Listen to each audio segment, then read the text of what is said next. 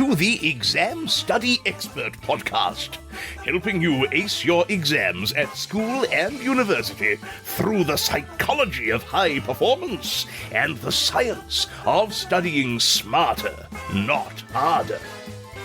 It's my pleasure to introduce your host, the Cambridge-trained memory psychologist and exam success coach, William Wadsworth.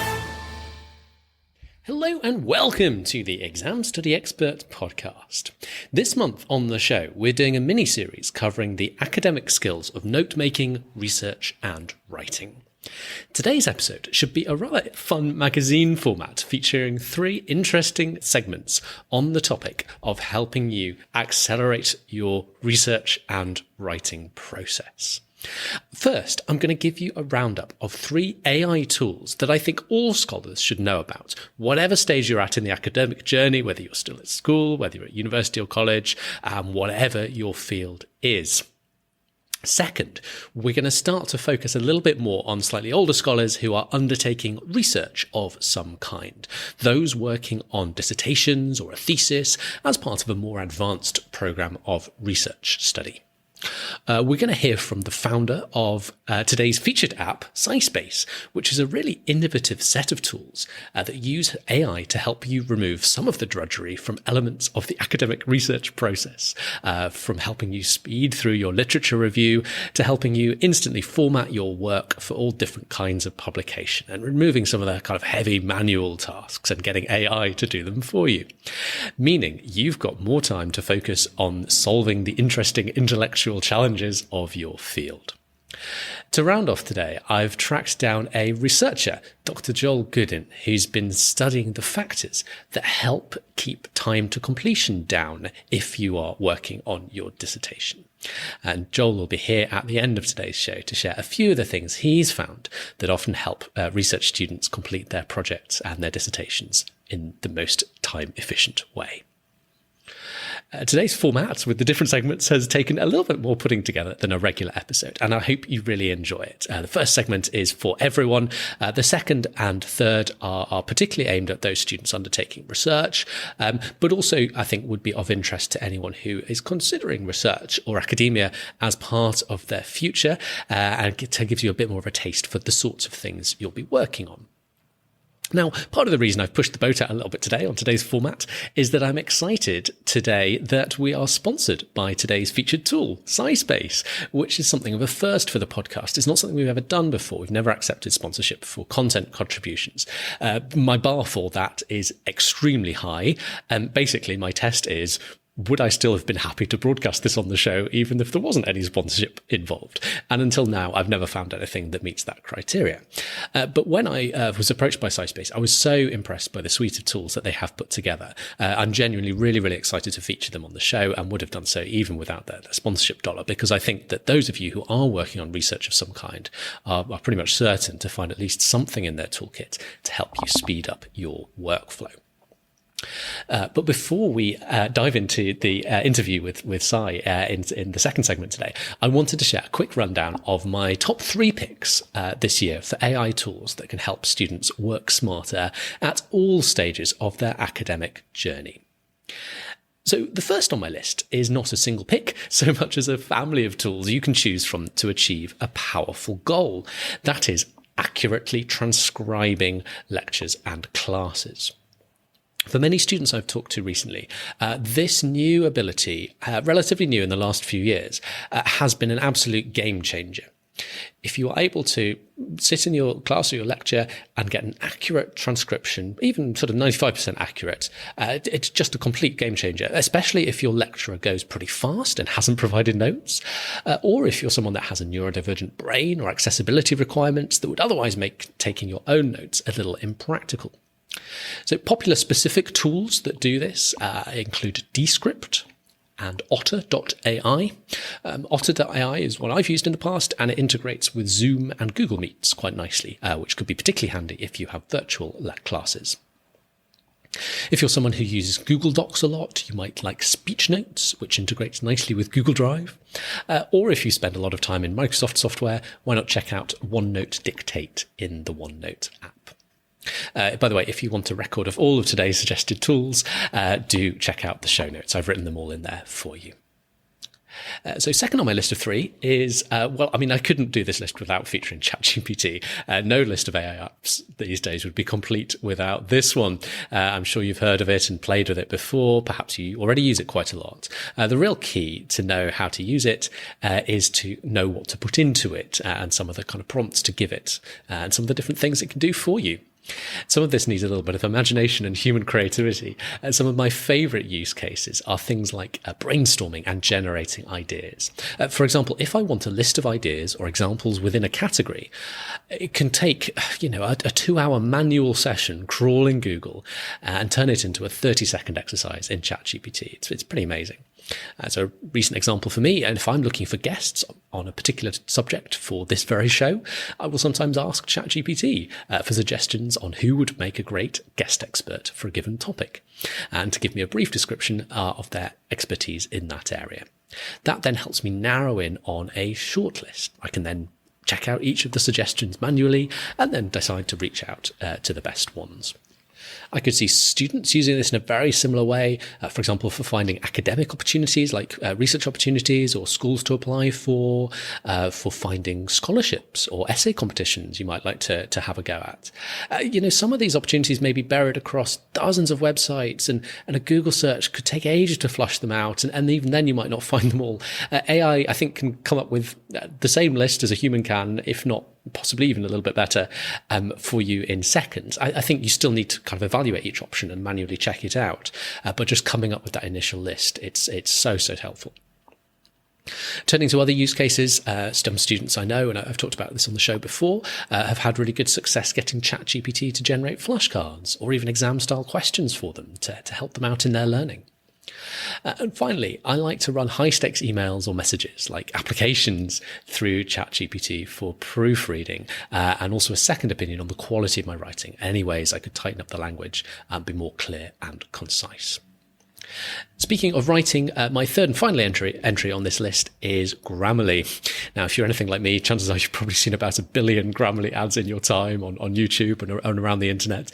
But I do actually find it a very helpful tool. I use it as essentially an upgrade for the standard spell check on your word processor. Now, I was drafting a book proposal actually last month.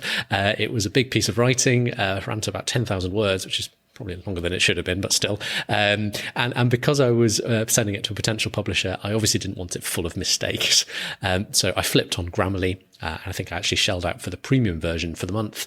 And then I simply worked through the recommendations. Some recommendations I disagree with and just ignored, but there were many excellent catches that had slipped through both the standard regular spell check and also my manual proofread. Is this better than having a human friend read through your work? It's different. I think each will catch different things, and if it's a high-stakes piece of writing, best bet is to do both, I would say, to maximise the chance that you catch all the potential slips and opportunities to tighten up your writing. So those are my 3 suggestions for you: transcriptions, ChatGPT, and the various ways it can be used to help you in all sorts of different things, and then Grammarly as a good check for high-stakes writing. Let's turn our attention now to our second segment today, which is especially for students undertaking research of some kind, and to today's featured tool, SciSpace. I'm delighted to say that we have the co-founder of SciSpace, Saikiran Chandha, who is joining us today to walk us through the impressive suite of things that he has built, he and his team at SciSpace have built to help save you time at all stages of your research and writing. Hi, everyone. Thanks, William, for having me here. I'm Saikiran Chandha, co-founder and CEO of this company called SciSpace. We are building an AI research assistant, and I started this journey into entrepreneurship way after I graduated from the university. I did computer science from VIT Vellore as master's, and I also did the Stanford Ignite program at the Stanford University. That's where I met my co-founder, Shano. And yeah, happy to share the journey and as well as talk more about SciSpace. So just sort of give us a brief sort of rundown of the power of your toolkit as it is today. What are some of the cool things it can do for us to save us time in that workflow? Yeah. With SciSpace, the hypothesis was, let's look at the entire research workflow and automate big chunks of it. And if you really look at what a researcher does in a day-to-day life, a big part of the time gets spent in literature review. The state of the art is always moving, especially if you just look at AI. Every day we get about thousands and thousands of papers uploaded to archive.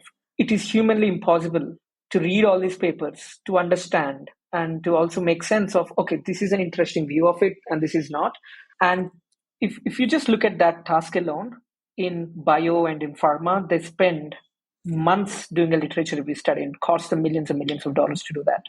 So the first problem statement was, let's look at the current search and how it works. The current state of the art is Google Scholar.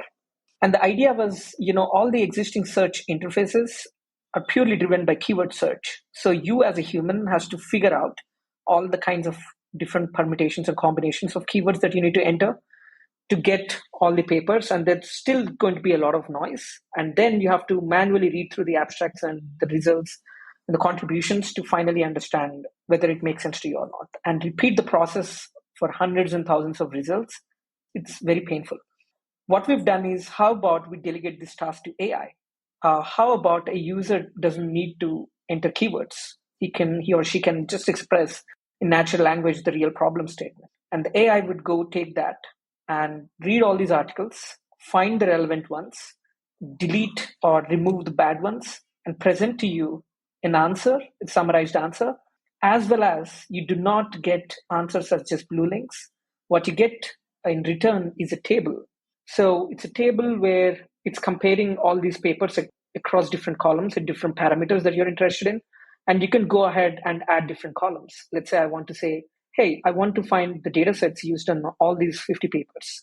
And the AI is going to extract that data set and present it back in the table format. So that way, it's going to save you a ton of time and also ensure you find interesting, important articles. So that's the first piece, which is the literature review. And in future, we are going to make even more advancements there to ensure that the AI reads. Today, it can read about top 100 papers. We can increase that to reading about top 1,000 papers to ensure you never miss out on any research article that's relevant to your problem. So that's the first piece of the research workflow. Yeah, it's very cool. I was playing with it. You just put in a simple question and it gives you a nice table breakdown of the key papers. You can choose which columns you want it to show. You want the too long don't read, abstract summary, key data, whatever. It's it's great tool. I found it really helpful.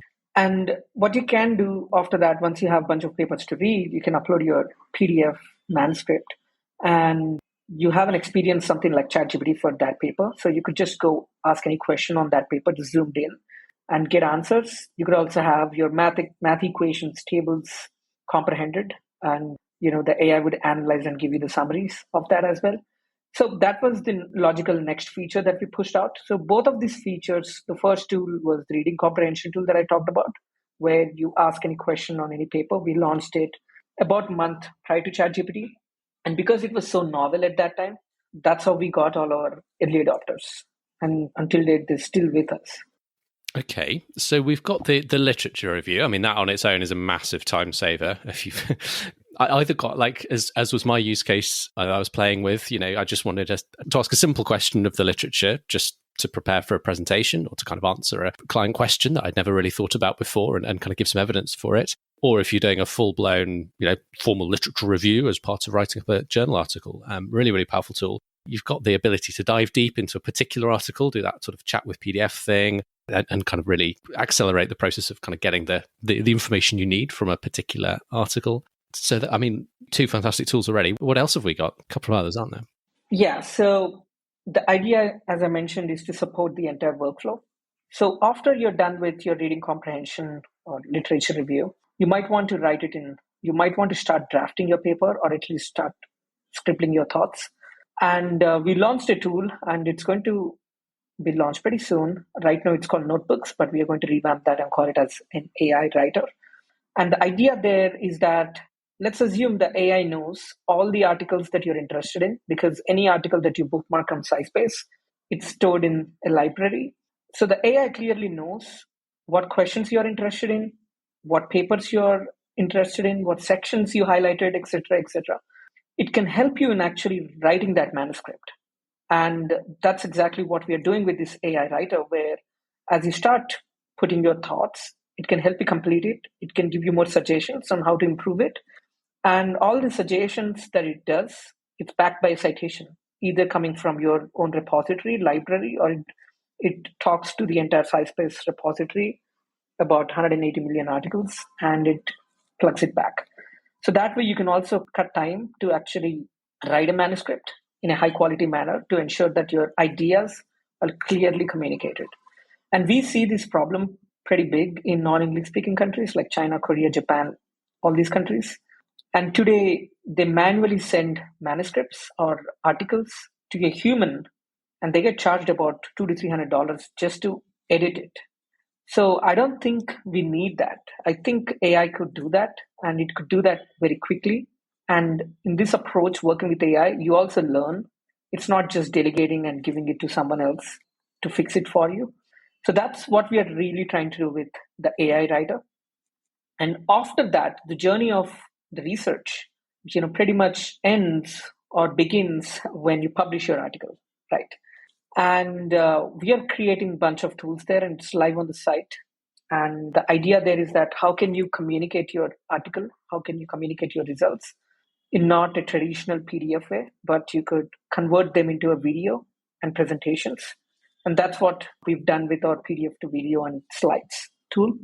On the website, it's called Citation Booster. And the reason we call it Citation Booster, it's not that it increases citations immediately, but it can help you tell your story well and help you reach your content or your paper in all these different mediums to all these different people. I think the stat on that page is something like you can typically see a sort of 20% boost in citations when you've got the video available, just I presume because it's a bit more accessible, a bit more engaging for other potential authors, and that leads to more citations for your own work. That is correct. And these days we are seeing a consumption or discovery of papers is happening on social media platforms. Twitter is a big one, especially in AI. All the papers that I read pretty much comes out of Twitter. And there's a lot of commentary there, discussions that are happening on the papers. And the primary media of consumption there is video and images. So no one's going to read a PDF on Twitter. So, if you can package your article in these different media formats, that can give you an access to different channels that people are currently using. So that way you're maximizing your chances of more people reading the content. It's a really powerful toolkit. Have you got any examples or kind of user stories to just sort of add a little bit of human color to, how people are engaging with this, how people are finding it, what a difference it's making to sort of researchers in their work? Yeah, so we have a few professors and labs using the tool. And the primary problem statement is to find evidence for the problem, whatever the problem that they're interested in. And the issue there is that currently a research assistant goes, reads these 10 articles, highlights the important pieces, puts that in an Excel sheet, and then present it to the lab members, repeating the process again the next week because new manuscripts come by. And also ensuring that you search on PubMed, you search on Google Scholar, you search on Science Direct. There are a couple of other tools to do that.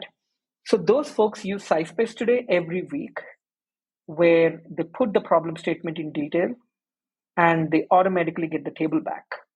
So it cuts down a lot of time, literally the entire weeks of effort, into just few minutes. If you spend about 30, 40 minutes, you get a pretty good table back. And the advantage by doing that is that as the research landscape is continuously moving, you can get just-in-time results immediately. So you do not need to wait another week or a month to find out what has changed. So that is how a couple of labs are using it. Then we have students using it to paraphrase it, to write their essays, to write manuscripts. That's a different use case altogether. So, and another interesting use case that I actually see, and I also use that more frequently, is to ask high-stake questions. And these are health-related high-stake questions that I'm interested in. For example, is soya good for my diet? What are the side effects of it? Let's just take that simple example. Like I was on the soy milk, so I was very curious about that problem. And if I type it out on Google, I think about 5 out of 10 links are pretty much SEO biased. You cannot find truth there. I'm not even saying that you can find truth in research, but at least that's closer to finding truth versus where you're on articles which are purely paid for. So I ask these questions, and the AI helps me to distill the research from all these different domains and get me an answer back with citations. And all these questions are high stake to me. So I would rather spend more time and take my own informed decision. Yeah, it's interesting. It's interesting. I wanted to just briefly touch on kind of ethics, because it's always very important to me that anytime we're sort of touching on AI, we're using it in a kind of ethical way and not for any kind of academic dishonesty. And I know that's a big kind of theme and concern in a lot of universities and places of education. So, I mean, there's definitely a sort of a spectrum of, for me, just sort of plugging in that research question and getting a whole bunch of relevant pieces of literature and a summary and being able to kind of shortcut that literature review process a little bit. That seems like a very clean way to use AI to support your research process. And then, at the other end of the spectrum, putting in a essay question and it's spitting out a fully formed essay that you just copy and paste and hand in, that would probably not be an ethical use of AI. So just to talk to me a little bit about your thoughts on this particular question. So this problem is pretty hard from the technical point of view to detect. Let's assume there are evaluation tools for all the instructors to understand, okay, how much percentage of this content is generated by AI or not. I think that's going to be a very hard problem. And as these LLMs get more smarter, more bigger, it's going to be incredibly hard to find out whether something is written by AI or not. And this kind of behavior already exists before AI as well, like autocomplete, Grammarly, and we've all been using those tools. Or human service. I used to get, every week I get some company writing to me saying, can I sponsor the blog? And it's an essay writing service and you pay $500 and get a master's essay back. And I was like, absolutely not. I'm never going to endorse anything like that. Exactly. So the culture already exists before. What has happened is that the accessibility has increased.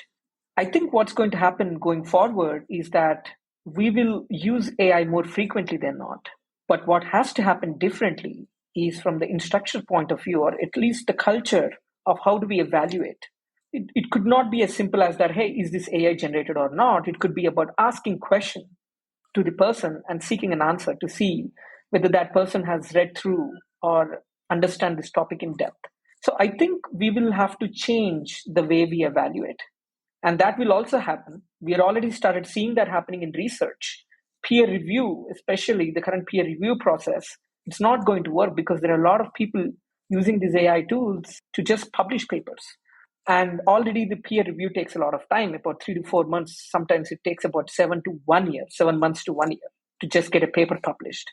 And we also see a lot of retractions. Now, the retractions have also spiked up recently because of using AI technology. So authors are incorporating AI and mentioning clearly in acknowledgements or in co-authors. But also, I think the publishers are using more technology to ensure that the peer review is done faster as well as more effective. Now, peer reviewers could also use AI to actually go through the article and find flaws more faster than before. So I think the industry in general, all the way from like high school student going through the process of using AI tools to a researcher publishing a paper, on the receiving side, on the evaluation side, we will have different ways to do that. And it's going to happen pretty soon. It's really interesting. It's really interesting. Just while we've kind of zoomed out a little bit and talking about the world of AI generally, you're clearly immersed in this whole world. I wondered if you just, for our students that are listening to this episode, you've obviously built an amazing tool set for various parts of the research process and loads of great things that SciSpace does. I wondered if there are any other kind of AI tools you like, respect, maybe use in your own life for other applications that you might want to share with listeners. Yeah, I think one tool that I use more frequently is Perplexity. And then there is another email tool that I use. It's called Shortwave, built by ex-Google engineers. So these are the two tools. And obviously the AI, meeting transcribers, right, where you put these tools and they transcribe the entire meeting. Otter is that tool that I use. So these are the three tools that I use pretty frequently in my workflow. But the job that I have, I do not think it can be completely automated, at least now. So I would be looking forward for more tools where it can help me in taking more decisions wisely. Yeah. So just to briefly summarize the three you mentioned. So if you're in a meeting or potentially if you're in a sort of supervision or tuition session at university or college and you wanted to transcribe it, obviously with the permission of everybody in the room, using a tool like you mentioned, otter.ai will sort of just effectively listen to the room and then spit out a written transcript that we can read back later. Very, very helpful. Just tell us briefly a little bit about the other two you mentioned. I think it's Perplexity and Shortwave. Yeah, there's another email app called Shortwave.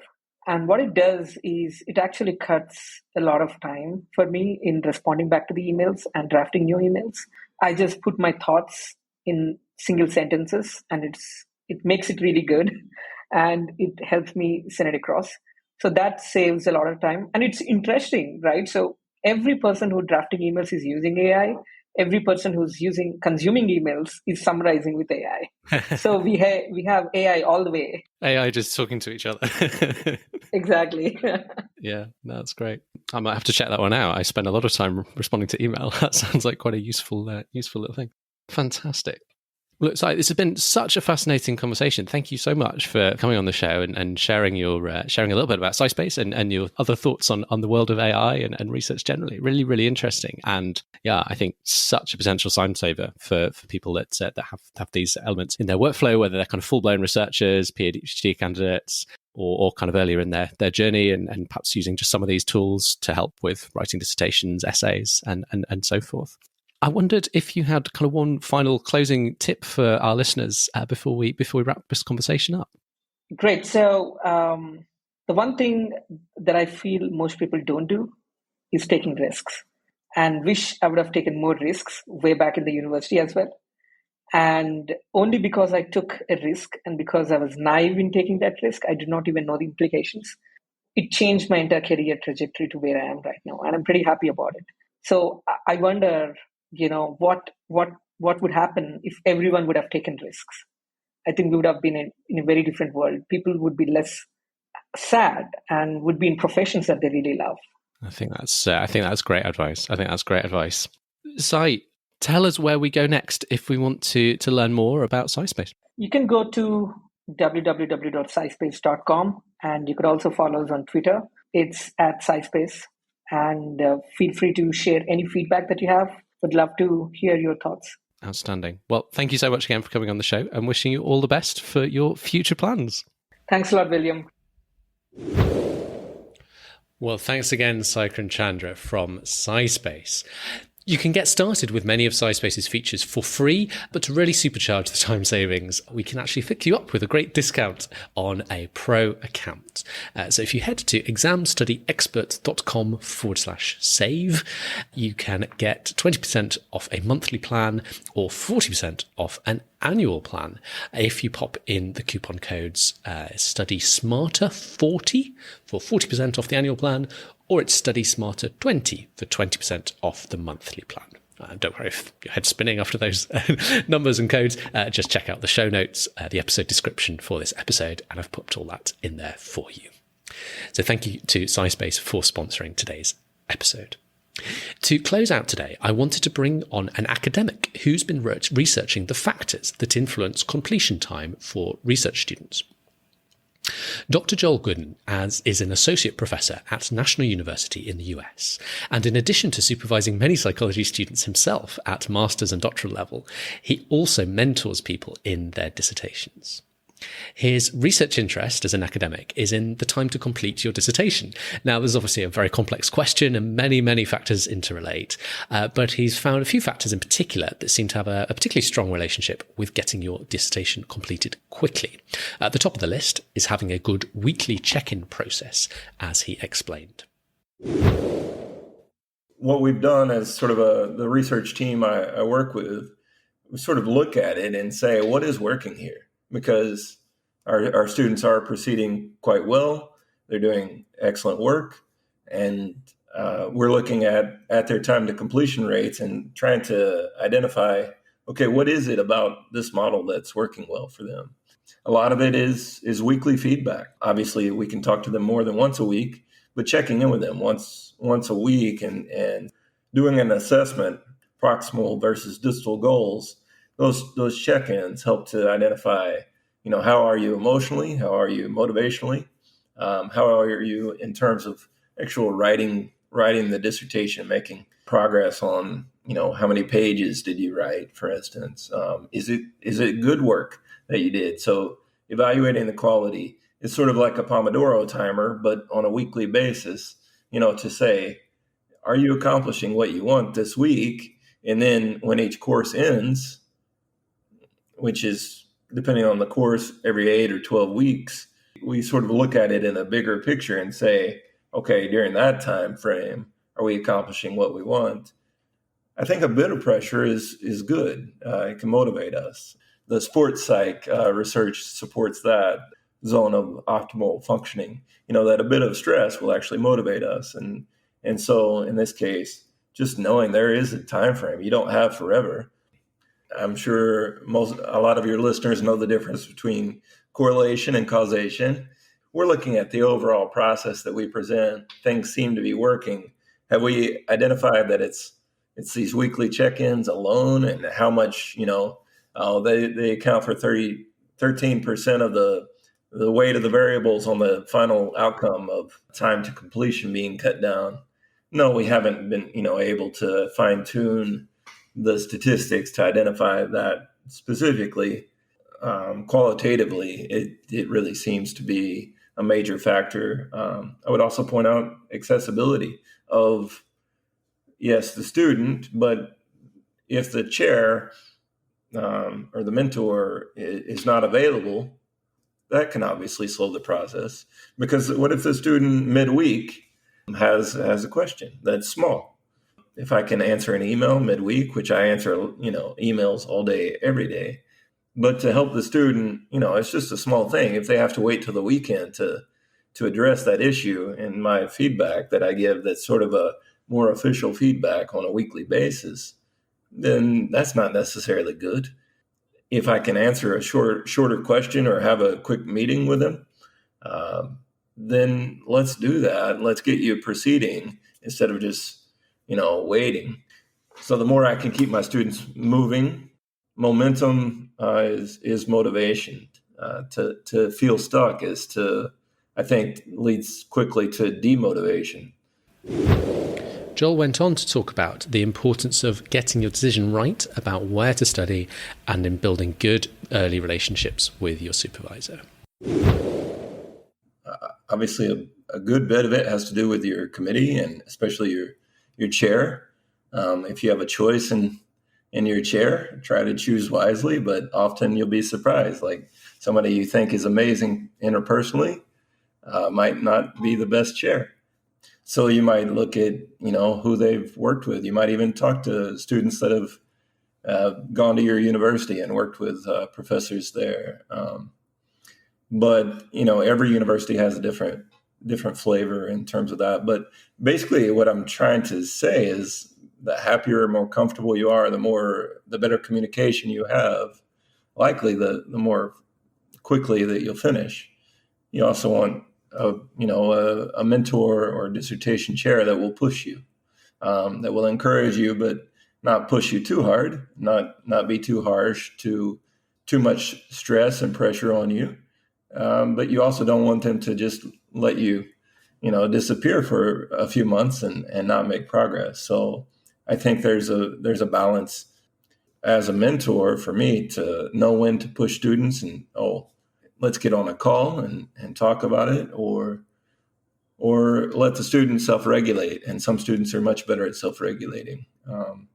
But I think it comes down to goal setting, generally. So either the student or the student with the chair and the university need to have a system for setting goals and completing those goals in timely manners, and being prepared for the disruptions of life. I think life disruptions are one of the biggest things that if you don't manage those well, know when to calm down, when to take a break, or when to give yourself a little bit of grace about not getting a lot done. You keep working, you're likely to burn out. So it's a really unique educational task and goal process, because it takes up so much time. It's often 2 years just for the dissertation itself. So. Well, thanks again to Dr. Joel Goodin, and once again to today's episode sponsor, SciSpace. Remember, if you'd like to supercharge the time it takes to get through your literature review and more manual aspects of the writing and publication process, like formatting, do consider treating yourself to a pro plan on SciSpace. You can head to examstudyexpert.com/save, where we can fix you up with a nice discount. So simply click on pricing at the top right hand corner of the page when it loads in the SciSpace website. Then you choose from either the monthly or the yearly plans, depending on your preference. You save a little bit more with the yearly plan. And then you click upgrade in the middle of the page, upgrade to the premium plan, and you can pop in the relevant coupon code at checkout for a nice little saving. If you've gone for the monthly option, use code StudySmarter20, which gets you 20% off. Or if you've gone for the annual plan, you can get even more off. Pop in StudySmarter40 to save 40%, effectively getting your whole year nearly half price. Thank you once again to SciSpace for sponsoring today. It was a pleasure to work, and I hope you have found learning about their tool helpful. And indeed, some of the rest of the strategies talked about today with Dr. Joel Goodin and some of my favorite AI tools earlier on, all helpful as well. Thank you, as always, for joining us today. I hope you've enjoyed it and have got some useful ideas to take forward and save you time in your writing and research. I'll look forward to seeing you next week when we'll be wrapping up our series on academic skills with my personal favourite tip to help you overcome procrastination in your writing, help you write faster, and help you write better. It's one tip that underpins all three of those objectives. It should be a good one. I look forward to seeing you then. For now, wishing you every success, as always, in your studies.